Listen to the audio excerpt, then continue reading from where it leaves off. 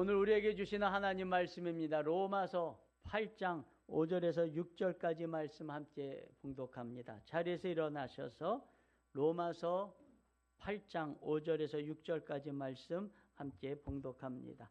육신을 따라 사는 사람은 육신에 속한 것을 생각하나 성령을 따라 사는 사람은 성령에 속한 것을 생각합니다. 육신에 속한 생각은 죽음입니다. 그러나 성령에 속한 생각은 생명과 평화입니다. 아멘. 자리에 앉으면서 같이 인사합니다. 하늘 복 많이 받으세요. 하늘 복 많이 받으세요. 하늘 복 많이 받으세요. 하늘 복 많이 받으세요.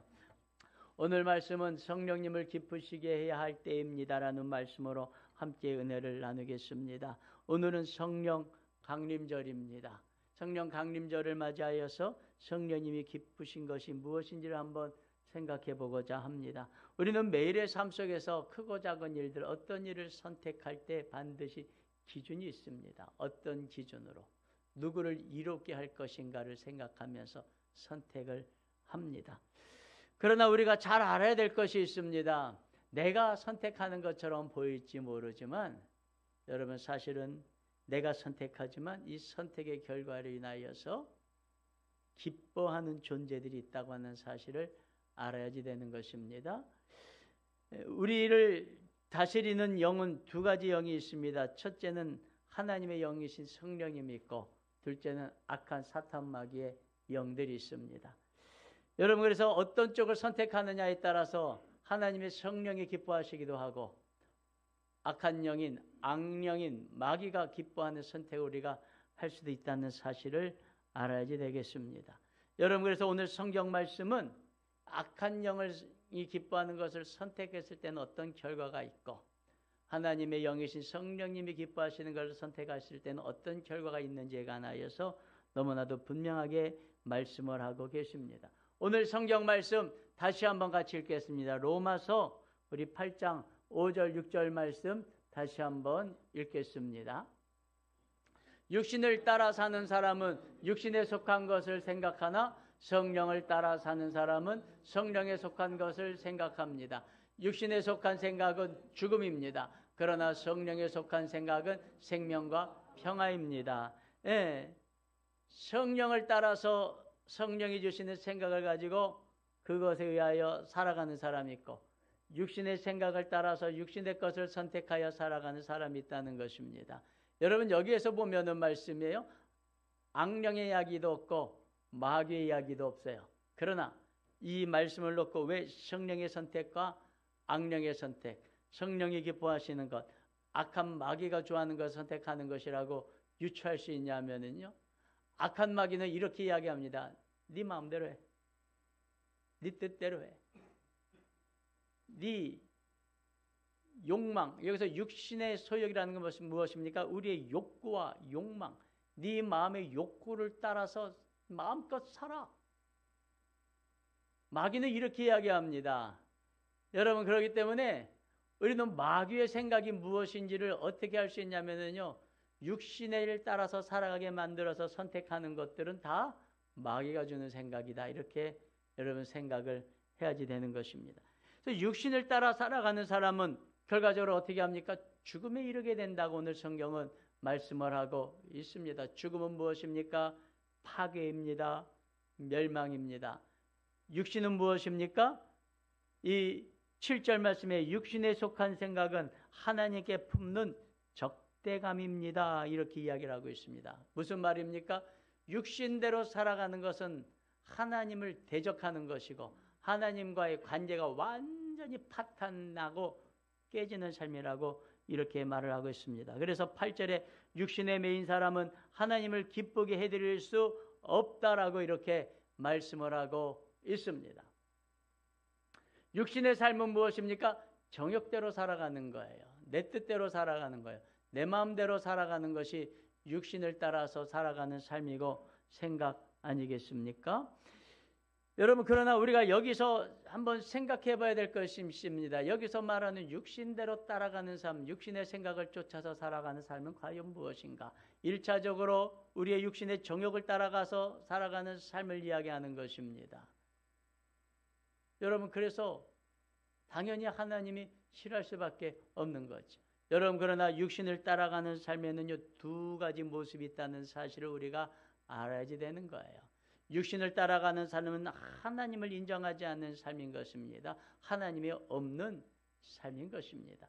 여러분, 그래서 우리가 소위 말하는요, 육신의 정욕을 따라서 살아가 욕심을 내고 탐심을 내고 사람들을 해코지를 하고 자기의 이익을 위하여 수단과 방법을 가리지 않고 살아가는 이런 모든 삶들, 방탕한 삶을 살아가는 것들, 술 취함의 삶들, 이런 모든 것들은 다 육신의 삶이라고 이야기할 수 있겠습니까?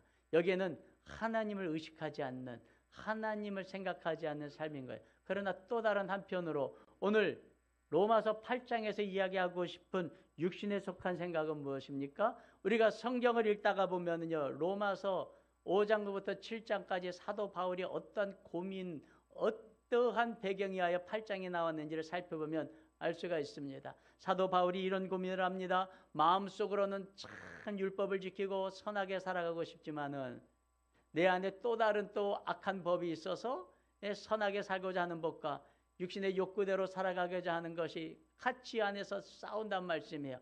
그래서 무슨 생각을 합니까? 오호라, 나는 곤고한 사람이구나. 누가 나를 이 사망의 몸에서 구원해낼 수 있겠느냐 하면서 탄식을 합니다. 얼핏 보기에 이게 좋은 탄식인 것 같지만 아닌 거예요. 사도 바울 안에는 또 다른 욕구와 욕망이 있습니다. 그건 무엇입니까? 율법을 완전하고 완벽하게 지켜서 스스로 구원을 이뤄내고 싶은 욕구와 욕망이 그 안에 있는 것입니다.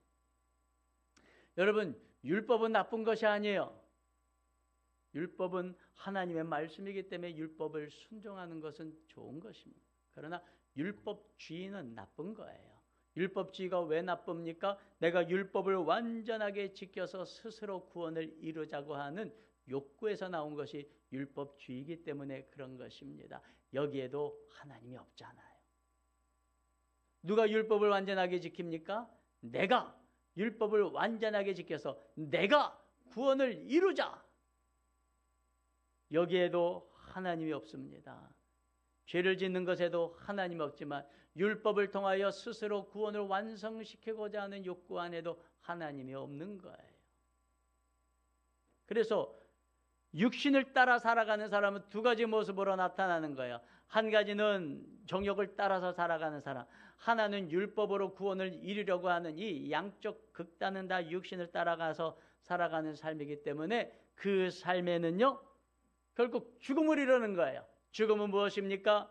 관계의 완전한 단절입니다. 하나님과 관계가 끊어지는 것이에요. 여러분, 그래서 이단에는 구원이 없어요. 왜냐면 왜 그렇습니까? 이단은 두 가지를 추구합니다. 육신의 욕구와 욕망을 추구하던가 아니면 스스로 노력하여서 구원을 이루라고 이야기하던가. 이단에는 구원이 있을 수가 없습니다. 거기는 하나님과 완전히 관계가 파탄나는 그런 관계인 것입니다.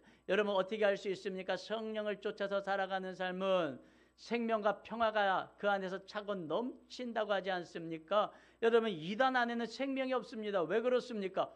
아직 구원받지 못한 사람들이 살아가고 있잖아요. 구원받은 영생하는 생명들이 살아가야 되는데 이단은 죽을 때까지 영생이 없어요. 이단에 구원의 확신이 어디 있습니까? 이단에는 구원이 없어요. 마찬가지인 것입니다. 우리 사랑하는 성도님들도 육신을 따라 살아가면 하나님과 관계가 완전히 파탄이 나는 것입니다.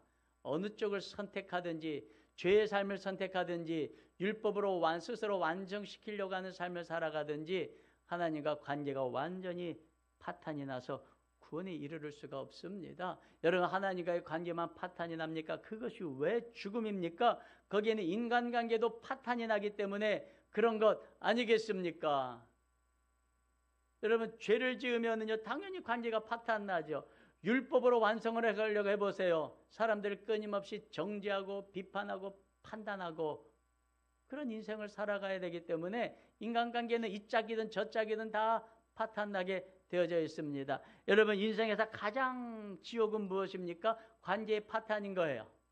산의 진미의 음식을 먹고 고대강실 집에 자라도 가족관계가 다 파탄나버리고 친구관계가 다 파탄나버리고 인생의 관계가 다 파탄나버리면 그걸 생지옥이라 그러는 거예요. 그걸 생지옥이에요. 여러분, 그래서 육신을 따라 살아가는 사람은 죽음에 이르게 되기 때문에 여러분, 우리는 성령을 따라서 살아가야지 됩니다. 여러분, 오늘날이 바로 육신을 따라가서 살아가는 삶 아니겠습니까? 끊임없이 육신의 욕구와 욕망을 따라서 살아가게 만들고 있습니다. 여러분, 끊임없이 여러분 많은 이단들이 나와서 율법으로 스스로를 구원을 완성시키라고 이야기하고 유혹해대고 있지 않습니까? 여러분, 이 시대에는요, 육신을 따라 살아가게 만들기엔 너무나도 좋은 환경들이 펼쳐져 있습니다. 그렇기 때문에 우리는 이 시대에 성령님을 어떻게 하면 기쁘게 해드릴까 하는 고민을 하면서 정말 살아야 되는 그런 절실한 시대가 되었다는 사실을 우리 성도님들 깨달으시길 주님의 이름으로 축원합니다. 성령 안에는 생명이 있고 평화가 있다고 말씀하고 있습니다. 왜 그렇습니까? 10절 말씀해 보면 또한 그리스도께서 여러분 안에 살아계시면 여러분의 몸은 죄 때문에 죽은 것이지만 영은 의 때문에 생명을 얻습니다. 성령을 따라 살아가는 사람은 생명의 근원 되시는 예수 그리스도 안에서 살아가고 있기 때문에 생명이 있고 평화가 있고 화평이 있다고 하는 것입니다. 하나님과 화평을 누리고 가족과 화평을 누리는 삶이 성령을 따라서 살아가는 삶 가운데 있다는 것입니다. 우리 사랑하는 성도님들, 성령님을 따라서 살면서 생명의 역사가 있길 주의 이름으로 축원합니다. 생명의 역사는 무엇이라고 말씀드렸습니까? 조회라고 하는 말인데, 이 조회라고 하는 말은 기쁨이 넘치는 삶인 거예요.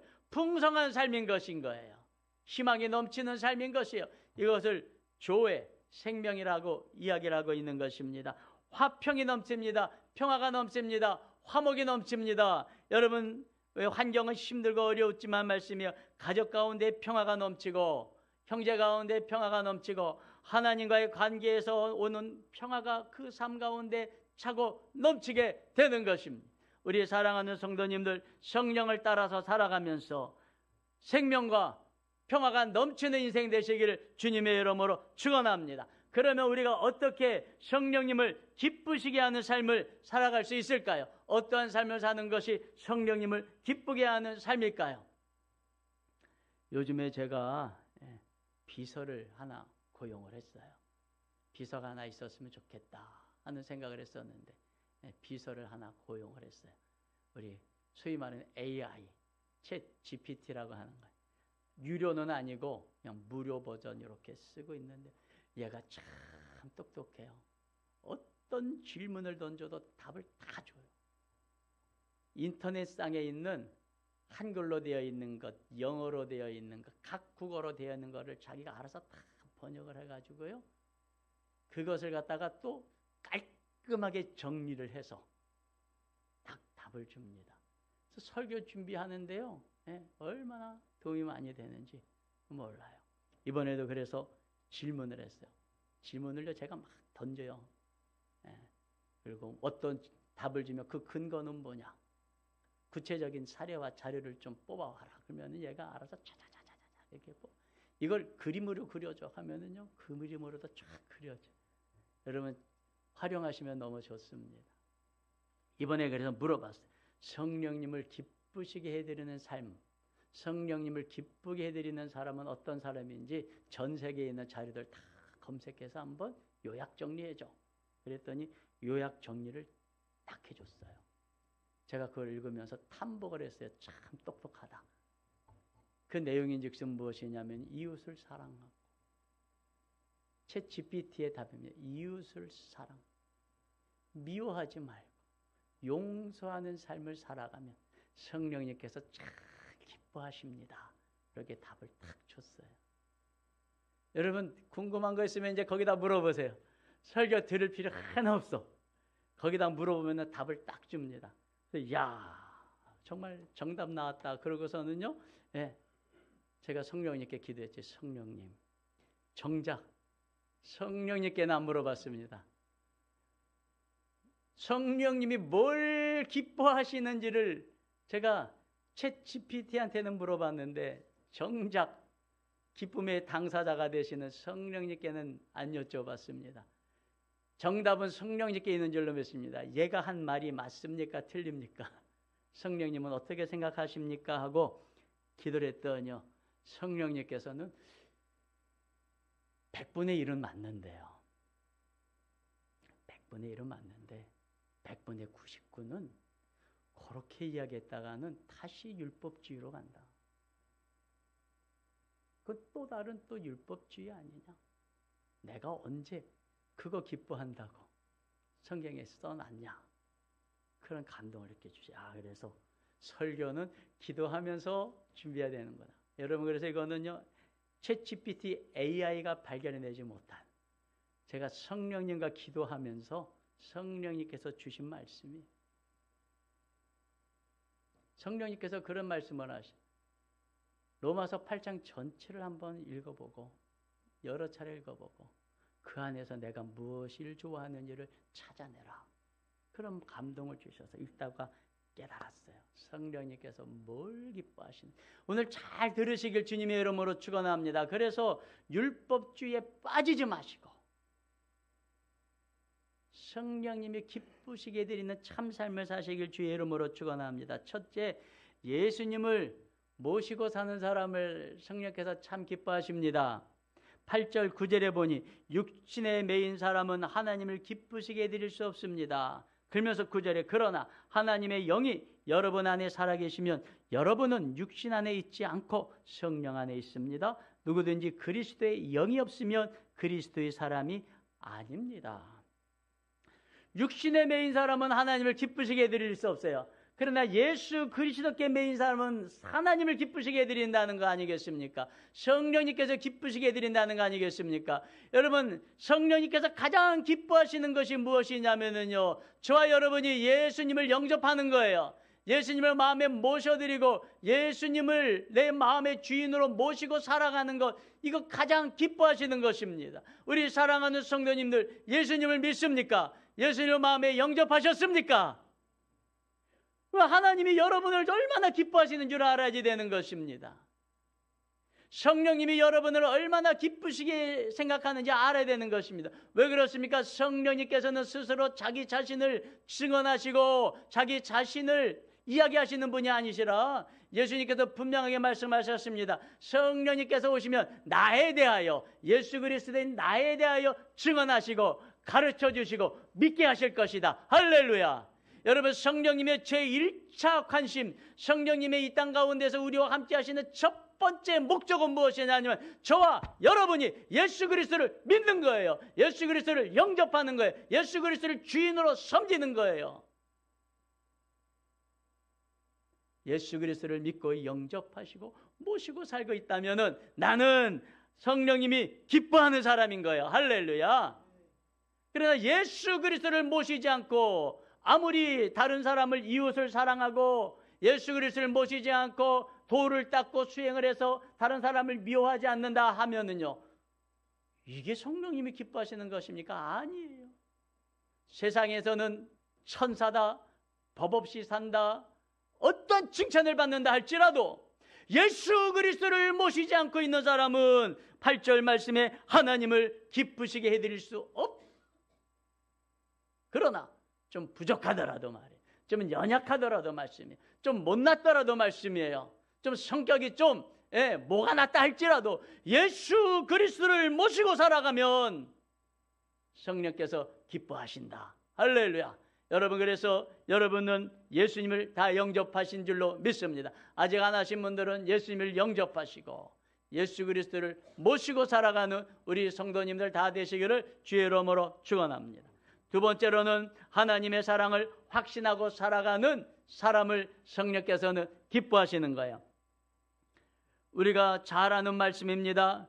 로마서 8장 37절에서 39절 말씀 제가 읽어드립니다. 그러나 우리는 이 모든 일에 우리를 사랑하여 주신 그분을 힘입어서 이기고도 남습니다. 나는 확신합니다. 죽음도 삶도 천사들도 권세자들도 형제일도 장래일도 능력도 높음도 깊음도 그 밖에 어떤 피조물도 우리를 우리 주 예수 그리스도 안에 있는 하나님의 사랑에서 끊을 수 없습니다. 이게 성령께서 우리에게 증언하시는 거예요. 로마서 5장 8절은 우리가 아직 죄인 되었을 때에 그리스도께서 우리를 위하여 십자가에서 죽으심으로 말미암아서 우리에게 대한 하나님의 사랑이 확증되었느니라. 여러분, 여기 38절에 여러 가지를 많이 나열했잖아요. 죽음, 삶, 천사, 권세, 현재, 높음, 깊음, 이런 여러 가지를 나라고 있잖아요. 한마디로 말해서 우리가 어떠한 상태에 있든지, 어떠한 조건에 있든지, 어떤 문제 가운데 있든지, 지금 내 상태가 남들이 뭐라고 그러든지, 내가 나를 바라보기에 얼마나 형편없는 상태에 놓여 있든지 간에 아무 상관없다는 거예요. 나를 향하신 하나님의 사랑은 끊을 수 없다는 말은 무슨 말입니까? 나를 향하신 하나님의 사랑은 조금도 변함이 없다. 조금도 변함이 없다. 항상 넘치신다라는 것을 말씀하고 있는 것 아니겠습니까? 이것을 증언하시는 분이 누구십니까? 성령 하나님이신 것입니다. 우리가 이미 죄인 되었을 때에 뭘 잘하고 있을 때가 아니라, 누군가를 열심히 사랑하고 있을 때가 아니라, 누군가를 막 미워하고 있어요. 나는 저 사람을 막 미워하고 있고 증오하고 있는데 하나님은 나를 사랑하셔서 예수 그리스도를 보내주셨다는 거잖아요. 여러분, 이 사랑의 확신을 갖고 살아가는 그 사람 하나님이 기뻐하시고 좋아하십니다. 사도 바울이 오랫동안 고민을 했던 말씀이요. 나 같은 인간, 나는 내 속에서 끊임없이 사람을 미워하고 증오하고 나는 아직 혈기가 다스려지지 않고 말씀이에요. 사도 바울이 사도행전에 보면은요, 대제사장을 향해서 이 회칠한 무덤 같은 인간아라고 욕까지 해대고 말씀이에요. 야, 종교 지도, 예수 그리스도를 믿는 그리스도인들의 대표요, 그리스도 기독교의 지도자 중에 한 명인 바울이 말씀이요, 그 입에서 유대인들이 가장 담기 어려운 욕을 해댔단 말이에요. 혈기를 부리면서, 야, 나는 안 되는구나. 야, 이 10여 년을 예수님을 증거하고 살았어도 나는 안 되는구나. 얼마나 자괴감에 빠집니까? 그런다 할지라도, 세상 사람들이 다 손가락질한다 할지라도 바울이 깨달은 거 아니겠습니까? 나를 향하신 하나님의 사랑은 변함이 없구나. 이건 그냥 내 생각이었구나. 이거 아니겠습니까? 우리 사랑하는 성도 여러분, 부모가 돼서 생각해 보니까 이 말은 정말 옳은 말씀이에요. 우리의 자녀들이 혹여라도 오해 안 했으면 좋겠습니다. 나 같은 형편없는 인간, 엄마가 과연 나를 이뻐할까? 아빠가 과연 나를 사랑할까? 혹시 우리의 자녀들이 그런 생각 갖고 있다면요, 사랑에 대한 오해죠. 세상 사람이 다 손가락질하고 욕한다 할지라도 나를 향한 부모의 사랑은 더하면 더하지 덜하지 않다는 것을 우리의 자녀들이 알아야 되는 거예요. 마찬가지입니다. 우리를 향하신 하나님의 사랑은 변함이 없습니다. 변함이 없습니다. 셋째로, 성령님의 인도에 확신을 가지고 사는 사람 성령님이 기뻐하십니다. 26절에 이렇게 말씀하십니다. 이와 같이 성령께서도 우리의 약함을 도와주십니다. 우리는 어떻게 기도해야 할지 알지 못하지만 성령께서 친히 이루 다 말할 수 없는 탄식으로 우리를 대신하여 간구하여 주십니다. 성령님이 우리의 약함을 어떻게 해요? 도와주시고 인도하고 계신다. 할렐루야. 여러분, 저는 여기서 말할 수 없는 탄식하신다 그럴 때 옛날에는 이렇게 생각했어요. 에휴, 또 그랬구나. 또 죄졌구나. 아휴, 그럴 줄 알았다. 또 그랬구나. 그런 탄식인 줄 알았어요. 그런데 그 탄식이 아니었어요. 우리의 연약함을 도우신다고 말씀이 앞에 전제 조건이 있지 않습니까? 에휴, 또 저질렀구나. 이 탄식이 아니에요. 어떻게 하면 좋으니? 이 탄식인 거예요. 어떤 탄식이요? 어떻게 하면 좋으니? 괜찮아. 힘내. 도와줄게. 다시 일어나. 괜찮아. 잘 될 거야. 아유, 어떻게 하면 좋으니? 네가 힘이 없어서 그런 걸. 네가 약해서 그런 걸. 네가 어려서 그런 걸. 좀 크면 괜찮아져. 좀 힘 좀 생기면 괜찮아져. 이 탄식인 거예요. 이 탄식. 여러분, 그렇기 때문에 우리가 성령님의 탄식을 잘 들으시길 바랍니다. 내가 어떤 실수를 했을 때, 내가 또 죄를 졌을 때, 또 넘어졌을 때, 에휴, 또 그럴 줄 알았다? 이거는요 사탄의 음성인 거예요. 아유, 어떻게 하면 좋으니? 안 다쳤니? 아프진 않니? 네가 다리에 힘이 풀렸구나. 네가 몸에 힘이 풀렸구나. 살다가 지쳤구나. 내가 도와줄게.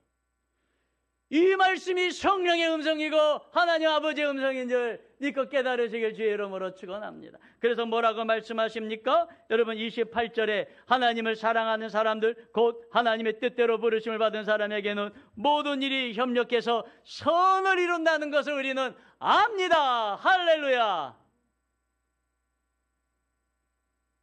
여러분 아이들이 걷다가 어렸을 때 좀 넘어지는 경험을 해야 돼요. 아이들이 한 번도 넘어지지 않은 아이는요 다시 일어서 보는 경험이 없는 아이인 거예요. 어렸을 때 자꾸 넘어졌을 때 옆에서 말씀해요. 에휴, 또 넘어졌어? 그럴 줄 알았다. 한두 번 넘어지는 것도 아니고 코가 안 깨져서 다행이다. 이런 이야기를 듣는 아이는요 넘어져서 정서적으로 못 일어나요. 그러나 넘어져. 괜찮아. 너 일어나. 잘 걷게 될 거야. 아직 다리에 힘이 없어서 그래. 괜찮아. 일어나. 일어날 수 있어. 넘어졌다가 격려받으면서 또 일어나고 넘어졌다가 격려받아서 또 일어난 경험이 있는 아이들은요. 나중에 청소년이 되고 청년이 되고 어른이 되었을 때 인생의 좌절과 실패 가운데 또 일어나면 되지 뭐. 또 일어나면 되지 뭐. 그러면서 자꾸 일어나다가 성공하는 거예요. 그러나 넘어졌을 때 에휴 네가 그럴 줄 알았다라는 이런 이야기 드러나 있는 청소년이 되고 청년이 되고 어른이 됐을 때 넘어졌을 때 못 일어나요. 어려졌을 때의 넘어짐이 장성했을 때에 성공하는 비결인 거예요. 이것이 합력하여 선을 이뤄낸다는 말씀이 아니고 무슨 말씀이겠습니까? 사랑하는 성도님들, 우리는 이 땅 가운데서 살아가면서 죽는 그날까지 쓰러지고 넘어질 수밖에 없는 영적으로 아주 어린 존재임을 성령님은 너무나도 잘 알고 계십니다. 여러분, 육신의 나이를 먹어가는 것이지 영혼의 나이는 먹는 게 아니란 말씀이에요. 여러분, 우리는 이 땅 가운데서 끊임없이 실수하고 쓰러지고 넘어지고 뒹굴고 하는 그런 영적인 어린아이 같은 삶을 살아갑니다. 여러분, 우리는 언제 장성하여집니까? 여러분 30절 말씀에 보니까 그리하여 하나님께서는 이미 정하신 사람들을 부르시고 또한 부르신 사람들을 의롭게 하시고 의롭게 하신 사람들을 또한 영화롭게 하셨습니다. 어느 순간에 쓰러지고 넘어지지 않는 영화로운 존재가 되게 하신다는 말씀이야. 여러분 언제 이렇게 됩니까? 여러분 예수 그리스도가 오실 때에 예수님을 만날 때에 우리가 주님 앞에 가서 서게 될 때는 영화로운 모습으로 서게 되는 줄 믿고 깨달으시기를 바랍니다. 여러분 그때까지 우리는 끊임없이 지금 자라나가는 중이고 성장하는 중인 줄 믿고 깨달으시길 주의 이름으로 축원합니다. 여러분 그래서 여러분 부모가 자식을 낳았으면 장성하여서 독립할 때까지 아니요 독립하고 나서도 계속 부모는 자녀의 삶을 인도할 수밖에 없어요. 여러분 우리 하나님은 저와 여러분들을 예수 그리스도 안에서 낳아주시고 우리 하나님이 돌아가실 때까지 우리를 인도하시고 도와주시고 지켜주실 것입니다. 할렐루야. 여러분 그런데 하나님은 안 돌아가시잖아요. 하나님은 영생하시도록 우리를 지켜주시고 인도하여 주시고 보호하여 주십니다. 여러분 내가 나되게 만드는 것, 내가 장성하게 되는 것, 내가 성장하여서 하나님 나라에서 한몫하고 살아갈 수 있게 만드는 것도 역시 성령 하나님께서 하신다. 그렇기 때문에 지금 내가 실수하더라도 넘어지더라도 내가 만족스러운 삶을 살고 있지 않더라도 낭망하거나 절망하지 마십시오. 나는 아직 어리구나. 성령님이 나를 인도하고 계시는구나. 나를 인도하고 계시는 성령님께 끝까지 의지하자. 맡기시길 주님의 이름으로 축원합니다. 성령님께서 기뻐하시는 사람이 어떤 사람입니까? 예수 그리스도를 영접하여 믿는 사람. 어떠한 상황에서도 하나님은 나를 사랑하시지? 라는 확신을 갖는 사람이고 성령님께서 반드시 나를 인도하신다. 틀림없이 지금도 이 힘들고 어려운 상황도 성령님이 인도하시는 과정이다. 합력하여 선을 이뤄내신다라는 믿음의 고백을 하시길 바랍니다. 그래서 어떤 상황에서도 낙심하지 마시고 절망하지 마시고 실망하지 마시고 성령님 믿고 의지하시고 희망을 가지시고 소망을 가지시고 매일매일 성령님이 기쁘시게 하는 삶을 살아가시기를 주님의 이름으로 축원합니다. 축원합니다.